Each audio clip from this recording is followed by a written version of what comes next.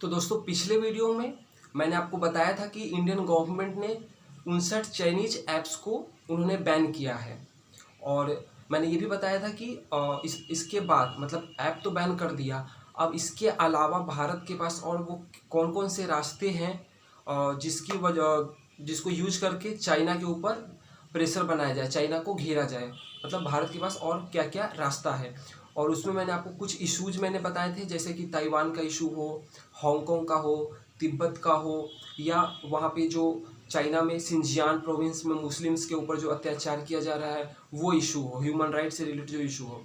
तो मैंने ढेर सारे इशू मैंने आपसे शेयर किए थे और मैंने कहा था कि आने वाले वीडियोज़ में मैं उनमें से कुछ इश्यूज़ को आपको डिटेल में बताऊंगा। तो दोस्तों पिछले वीडियो में जैसा कि मैंने कहा था कि हांगकांग का जो इशू है वो काफ़ी ज़्यादा अभी गरमाया हुआ है, तो मैं उसी पे आपको बताऊंगा। तो दोस्तों आज के इस वीडियो में हम हांगकांग से रिलेटेड जो इशू चल रहा है उसके बारे में जानेंगे और ये भी जानेंगे कि कौन से वो देश हैं जो चाइना को इस इशू पे सपोर्ट कर रहे हैं, कौन उसके अगेंस्ट है, और क्यों जो बाकी दुनिया के जो देश हैं जो उसको अपोज कर रहे हैं वो ये कह रहे हैं कि ये जो लॉ आया है, जो चाइना न्यू लॉ लेकर आया है, उसको द एंड ऑफ हांगकांग कह रहे हैं। तो इन सभी बातों को हम इस वीडियो में काफ़ी आसान और सरल भाषा में जानेंगे।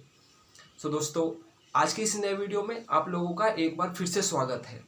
दोस्तों वीडियो में हम आगे बढ़े इससे पहले अगर आपने चैनल को अब तक सब्सक्राइब नहीं किया है तो चैनल को सब्सक्राइब कर दीजिए, ताकि हमारे जो आने वाले नए वीडियोज़ हैं उसका नोटिफिकेशन आपको सबसे पहले मिले।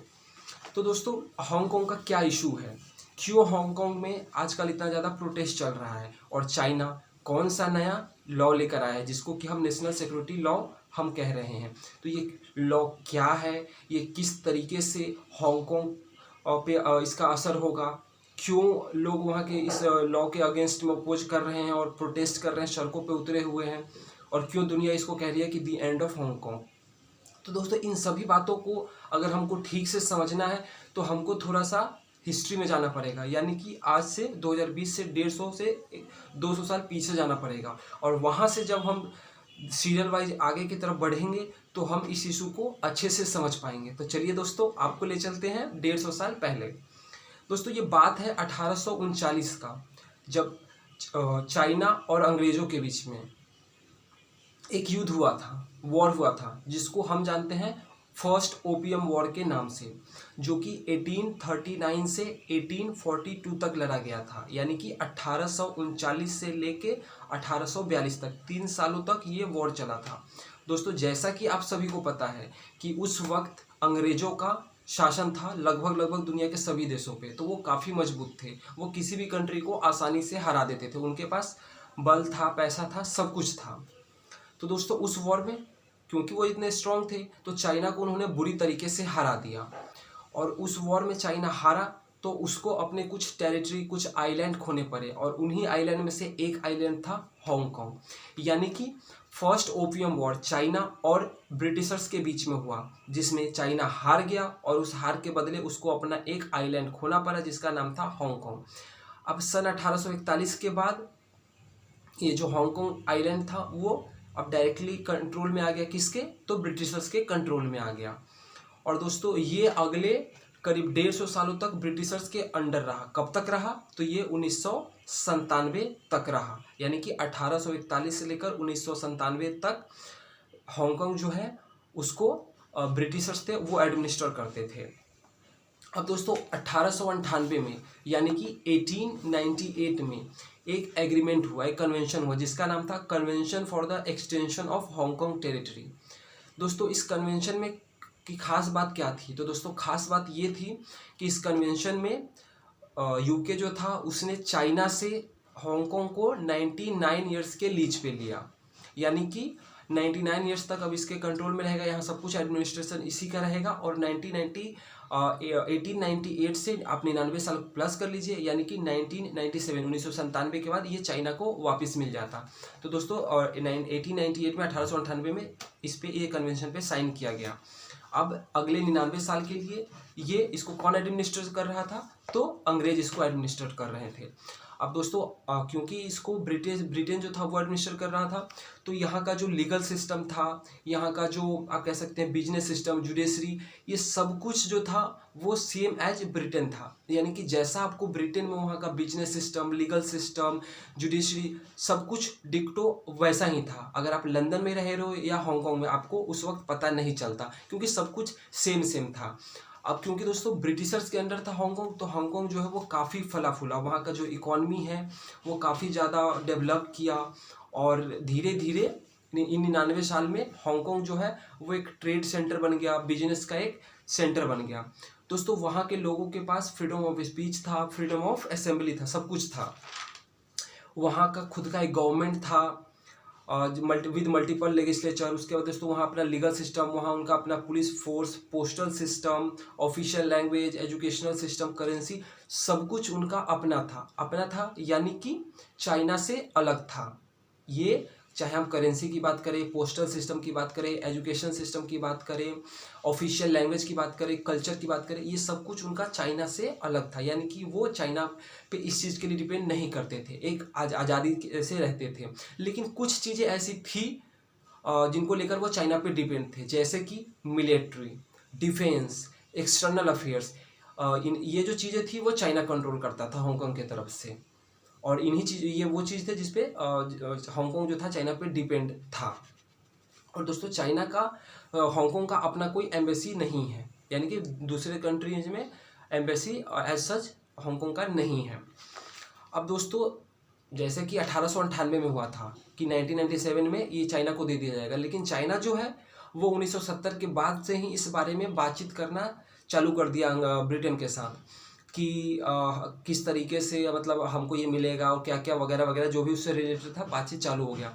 तो दोस्तों 1984 में 1984 में एक एग्रीमेंट साइन किया गया तब के जो ब्रिटिश प्राइम मिनिस्टर थी मार्गरेट थैचर और चाइनीज प्रीमियर के बीच में।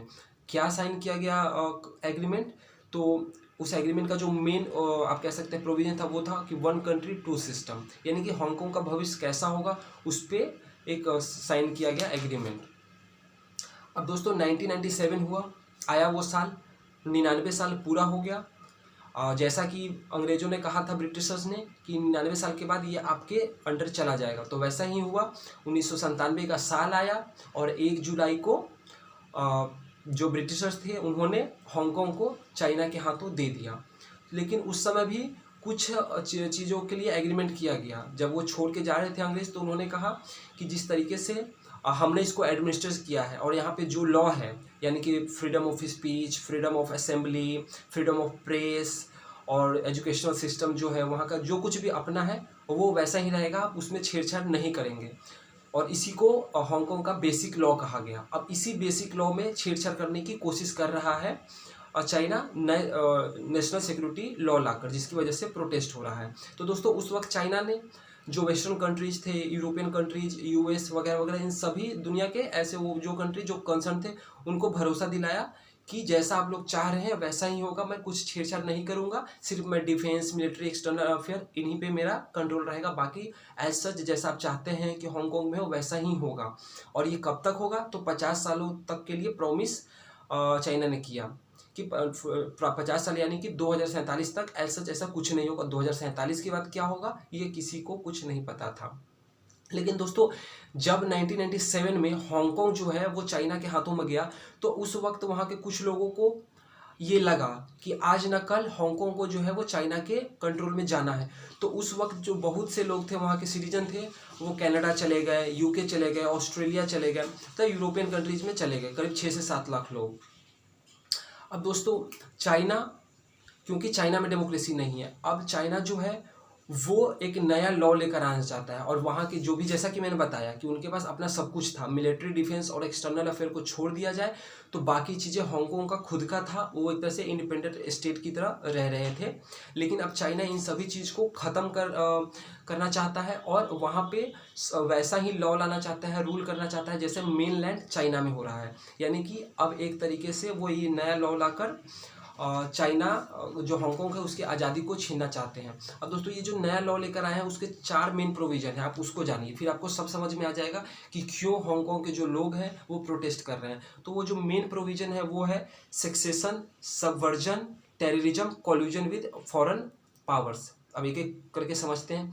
सेक्सेशन का मतलब है कि अगर आप चाइनीज आर्मी, चाइनीज गवर्नमेंट के खिलाफ अगर बोलते हैं, लिखते हैं, तो इसको देशद्रोह माना जाएगा, राष्ट्रद्रोह माना जाएगा। उसके बाद दोस्तों है सबवर्जन। सबवर्जन में है कि आपके पास अब इस लॉ के आने के बाद आपके पास पावर नहीं है कि आप जो चाइनीज अथॉरिटी है, जो कम्युनिस्ट पार्टी ऑफ चाइना है, उसको आप चैलेंज कर सकते हो किसी भी बात पे, इसकी आज़ादी अब आपके पास नहीं है। टेररिज्म, उन्होंने टेररिज्म किसको डिफाइन किया है, तो अगर आप प्रोटेस्ट में किसी पब्लिक प्रॉपर्टी को तोड़ते हैं, बसेस को तोड़ते हैं, बिल्डिंग्स को तोड़ते हैं अगर, तो वो टेररिज्म माना जाएगा। और चौथा है कोल्यूजन विद फॉरेन पावर्स। तो इसका मतलब है कि अगर आप जैसे कि हांगकांग में प्रोटेस्ट चल रहा है, जो एक्टिविस्ट हैं अगर वो यूके या यूएसए के जो वहाँ के लीडर्स हैं उनसे अगर हेल्प मांगते हैं, चाइना की शिकायत करते हैं, तो ये माना जाएगा कि आप फॉरेन पावर का हेल्प ले रहे हैं और ये भी एक तरीके से देशद्रोह का काम है। और दोस्तों इन चारों ही मुद्दों पे अगर आप इसको वॉयलेट करते हो, इन चारों प्रोविज़न को, तो इसकी सज़ा क्या है, तो लाइफ इम्प्रिजमेंट होगी। दोस्तों बात यहीं तक नहीं है, मैंने आपको बताया कि खुद का जुडिशरी था, हांगकांग का अपना एक जुडिशरी था, चाइना की तरह नहीं था। दोस्तों चाइना में तो ये भी वहाँ का है कि अगर कोई अमीर आदमी अगर कोई गुनाह करता है और उसके बदले में वो किसी गरीब को भी भेज सकता है जेल में। तो दोस्तों आप समझ सकते हैं कि वहाँ का लॉ क्या है। और दोस्तों सबसे बड़ी बात कि चाइना में जो है वो कम्युनिस्ट पार्टी की सरकार है, तो वहाँ जो जुडिशरी है वो इंडिपेंडेंट जुडिशरी नहीं है, जैसा कि हमारे कंट्री में है और या फिर जैसा कि हांगकांग में अब तक था। वहाँ पे जो सरकार चाहती है जुडिशरी वैसे ही करता है, इंडिपेंडेंट बॉडी नहीं है। तो हांगकांग के पास अब तक ब्रिटिश मॉडल के हिसाब से अपना एक इंडिपेंडेंट जुडिशरी था, लेकिन अब जो वहाँ पे जजेस अपॉइंट होंगे वो जिन जजेस को चाइना अपॉइंट करेगा वही जजेस वहाँ पे जुडिशरी सिस्टम को चलाएंगे, यानी कि अब जो जुडिशरी था वो भी इंडिपेंडेंट नहीं रहा। तो दोस्तों एक तरीके से यहाँ पे चारों तरफ से जो हांगकांग के लोग हैं उनकी आज़ादी को छीना जा रहा है, ना फ्रीडम ऑफ स्पीच रह गया है, ना फ्रीडम ऑफ असेंबली रह गया है, ना इंडिपेंडेंट जुडिशरी सिस्टम रह गया है। तो अब तो वहाँ के लोगों का आज़ादी छीना जा चुका है। और दोस्तों बात सिर्फ यहीं तक नहीं है कि सिर्फ वहीं के लोगों पे एप्लीकेबल है, हम या आप, हम इंडियंस भी अगर वहाँ पे जाते हैं और अगर प्रोटेस्ट में हम पार्ट लेते हैं और चाइनीज गवर्नमेंट के खिलाफ बोलते हैं, ठीक है दोस्तों, या फिर हम इंडिया में रहते हुए भी ये काम करते हैं और चाइना के जो गवर्नमेंट है उसको ये पता चल जाता है, तो दोस्तों ये जो लॉ है ये हमारे पे भी एप्लीकेबल है। और अगर हम वहाँ जाते हैं हांगकांग में या हांगकांग में रहते हुए प्रोटेस्ट कर रहे हैं, तो वो हमको भी लाइफ इम्प्रिजमेंट की सज़ा सुना सकते हैं। तो दोस्तों ये हांगकांग के लोग के साथ उन लोगों को भी एप्लीकेबल है जो वहाँ वीज़ा लेकर पढ़ रहे हैं या काम कर रहे हैं, बिजनेस कर रहे हैं, तो ये फॉरेनर्स पे भी एप्लीकेबल है।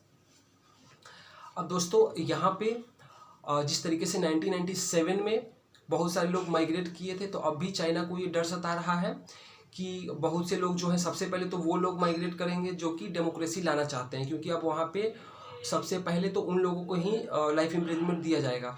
तो ऐसा माना जा रहा है कि बहुत से ऐसे लोग हैं जो वहाँ से यूके, यूएसए, ऑस्ट्रेलिया को माइग्रेट करेंगे। अगर ऐसा होता है तो वो कौन से लोग होंगे, वो जो एलिट पर्सन है वो होंगे, like doctors, engineers, economist, activist, social activist, ये लोग वो पहले लोग होंगे जो इस लॉ के आने के बाद हांगकांग को छोड़ेंगे।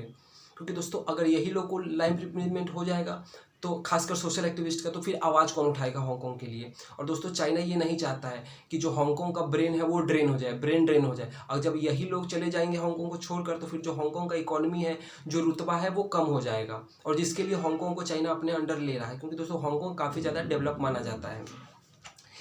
अब दोस्तों ये तो हो गया पूरा लॉ, मैंने आपको बताया शुरू से लेकर अंत तक।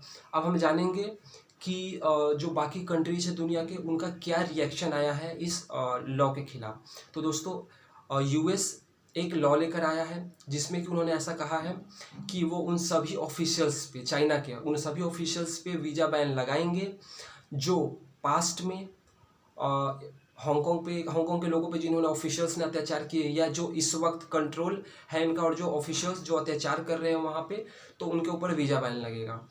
और जो यूके है, यूके के प्राइम मिनिस्टर बोरिस जॉनसन, उन्होंने अनाउंसमेंट किया है पार्लियामेंट में कि वो बहुत से हांगकांग के जो सिटीजन्स हैं उनको वो ब्रिटिश सिटीजनशिप का वो प्रोवाइड करेंगे, यानी कि वहाँ का नागरिकता उनको प्रोवाइड करेंगे। ऐसे ही ऑस्ट्रेलिया ने भी कहा है कि वो भी बहुत से हांगकांग के जो सिटीजन्स हैं उनको सिटीजनशिप ऑस्ट्रेलिया का प्रोवाइड करेंगे।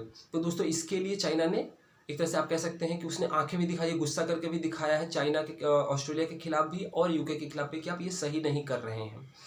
अब दोस्तों एक ये जब मतलब अब ये इशू पे जब डिस्कशन हो रहा था यूएन ह्यूमन राइट काउंसिल में, तो बहुत से लोगों ने इसका, बहुत से कंट्रीज ने, लोगों ने नहीं, बहुत से कंट्रीज ने इसका सपोर्ट किया और बहुत से कंट्रीज ने इसका अपोज किया। तो दोस्तों अब हम जानेंगे वीडियो के इस लास्ट पार्ट में कि कौन से वो कंट्री है जिन्होंने सपोर्ट किया और कौन से हैं जो अगेंस्ट गए हैं, और इंडिया ने क्या सपोर्ट किया है या अगेंस्ट किया उसको भी जानेंगे। तो दोस्तों सबसे पहले जानते हैं कि वो कौन से देश है जिन्होंने सपोर्ट किया है। तो दोस्तों सपोर्ट करने वाले कंट्री का जो संख्या है, नंबर है, वो अपोज करने वालों से ज़्यादा है, 53 है। ये चौंकाने वाली बात है। और जिन्होंने सपोर्ट किया है वो 27 है। ठीक है दोस्तों, अब कौन से वो कंट्री है जिन्होंने सपोर्ट किया है जानते हैं। दोस्तों जिन्होंने सपोर्ट किया है वो है Bahrain, Nepal, Sri Lanka, Pakistan, Egypt, Lebanon, North Korea, Kuwait, Oman, Saudi Arabia, UAE, Yemen, Zambia, Zimbabwe. दोस्तों जिन्होंने सपोर्ट किया है मैं उनके बारे में कुछ खास बात बताता हूँ। ये वो कंट्रीज हैं जो कि या तो मिडिल ईस्ट के हैं जहाँ पे खुद तानाशाह है, यानी कि जैसे डिक्टेटरशिप चलता है कम्युनिस्ट पार्टी का चाइना में, तो ज़्यादातर वो कंट्री हैं जिनके यहाँ खुद तानाशाह है, जिनके यहाँ डेमोक्रेसी नाम का कोई चीज़ नहीं है, या फिर अफ्रीका के वो कंट्री जो कि चाइना के कर्ज के तले दबे हुए हैं। तो दोस्तों यहाँ पे चाइना का जो डेप्ट डिप्लोमेसी था, जिसपे कि एक वीडियो मैं ऑलरेडी डेडिकेटेड वीडियो में अपलोड कर चुका हूँ, आप जाके वो वीडियो भी देखिए, उसका लिंक मैं आपको डिस्क्रिप्शन में दे दूंगा कि चाइना का डेप्ट डिप्लोमेसी क्या है। और दोस्तों चाइना का जो डेप्ट डिप्लोमेसी है वही यहाँ पे काम आया है, और अफ्रीका के वो सारे कंट्रीज जो कि चाइना के कर्ज में डूबे हुए हैं उन्होंने चाइना को इस इशू पे सपोर्ट किया है। और दूसरा सेक्शन वो है जो कि तानाशाह का कंट्री है, ठीक है, जहाँ पे कोई डेमोक्रेसी नाम का चीज़ नहीं है। तो ये दो तरीके के कंट्री जो है उन्होंने सपोर्ट किया है चाइना को इस इशू पे। अब अपोज किन्होंने किया वो जानते हैं। तो अपोज करने वाले कंट्री हैं Australia, Switzerland, Norway, Sweden, UK, New Zealand, Finland, Estonia, Denmark, Canada, Belize, Belgium, Japan, Latvia, Lithuania, ऐसे कुल मिला के 27 ऐसे कंट्रीज हैं जिन्होंने सपोर्ट किया है। अब दोस्तों इंडिया जो है, अब क्योंकि इंडिया ने इस पे सिग्नेचर नहीं किया है इस प्रपोजल पर, बट इंडिया ने एक ऑफिशियल स्टेटमेंट दिया है, और इस स्टेटमेंट को अगर हम देखें तो इंडिया भी चाइना को सपोर्ट यहाँ पे करता हुआ नहीं दिख रहा है। इंडिया ने क्या स्टेटमेंट दिया वो जानते हैं। इंडिया ने स्टेटमेंट दिया है कि we have heard several statement expressing concern on this development, we hope that relevant parties will take into account these views and address them properly, seriously and objectively। तो दोस्तों यहाँ पे इशारों में इंडिया बताने की कोशिश किया है कि हमारी जो नज़र है वो हांगकांग पे बनी हुई है और हम चाहते हैं कि इशू जल्द से जल्द सॉल्व हो। तो यानी कि इंडिया ने सिग्नेचर तो नहीं किया है, यानी कि वो कंट्री जिन्होंने अपोज किया था तो उन्होंने ब्रिटेन के इस प्रपोजल पे सिग्नेचर किया था, इंडिया सिग्नेचर नहीं किया है। लेकिन आप इंडिया को उसी कैटेगरी में रख सकते हैं, जो वो अपोजिंग जो कंट्रीज कर रहे हैं इंडिया को भी आप उसी में मान लीजिए। और यूएसए बेशक यूएन ह्यूमन राइट्स काउंसिल का मेंबर नहीं है, लेकिन यूएस भी अपोज कर रहा है। तो आप 27 + 2 कर लीजिए, 29 कंट्रीज। तो 29 कंट्री जो है वो अपोज कर रही हैं और 53 जो है वो सपोर्ट कर रही हैं। अब दोस्तों बहुत से कंट्री जो अपोज सपोर्ट नहीं भी कर रहे हैं, पर सब यही बात कह रहे हैं कि इस लॉ के आने के बाद हांगकांग का है जो दी एंड ऑफ हांगकांग हो जाएगा। यानी कि हांगकांग, जिस हांगकांग को हम अब तक जानते आ रहे हैं या अब तक जानते हैं, अब हांगकांग का पूरा चाल चरित्र सब बदल जाएगा। क्योंकि वहाँ पे कोई इंडिपेंडेंट जुडिशरी नहीं होगा, फ्रीडम ऑफ स्पीच नहीं होगा, फ्रीडम ऑफ असेंबली नहीं होगा। जब कुछ होगा ही नहीं तो फिर वो हांगकांग वैसा नहीं रहेगा जिस हांगकांग को हम जानते हैं। और इसीलिए सारे जो कंट्रीज है वो कह रही है कि this will be the end of Hong Kong. दोस्तों आपका क्या व्यू है, आपके क्या ओपिनियन है, आप कमेंट करके बताएं। और दोस्तों अगर इस वीडियो में मैंने इस इशू से रिलेटेड कुछ अगर मैंने पॉइंट्स अगर मेरे से छूट गया होंगे तो दोस्तों आप कमेंट करके वो भी बताइए कि मैंने उस चीज़ को नहीं बताया। तो दोस्तों आपके क्या ओपिनियन है वो आप ज़रूर बताइए दोस्तों इस इशू पे, कि यहाँ पे इंडिया को क्या एग्रेसिवली चाइना पे प्रेशर बनाना चाहिए हांगकांग के इशू को लेकर या नहीं बनाना चाहिए। आपके क्या राय हैं आप ज़रूर से ज़रूर बताएं। और दोस्तों आपको ये वीडियो कैसा लगा आप ये भी कमेंट करके बताइए। और अगर दोस्तों आप चैनल को अब तक सब्सक्राइब नहीं कर दिए तो दोस्तों चैनल को सब्सक्राइब कर दीजिए, क्योंकि मैं ऐसे ही इम्पॉर्टेंट और नॉलेजेबल वीडियो मैं हर दिन आप लोगों के लिए लेकर आता रहता हूँ। तो दोस्तों वीडियो चैनल को सब्सक्राइब करें, वीडियो को लाइक करें, कमेंट करें और ज़्यादा से ज़्यादा शेयर करें। तब तक के लिए दोस्तों बाय बाय।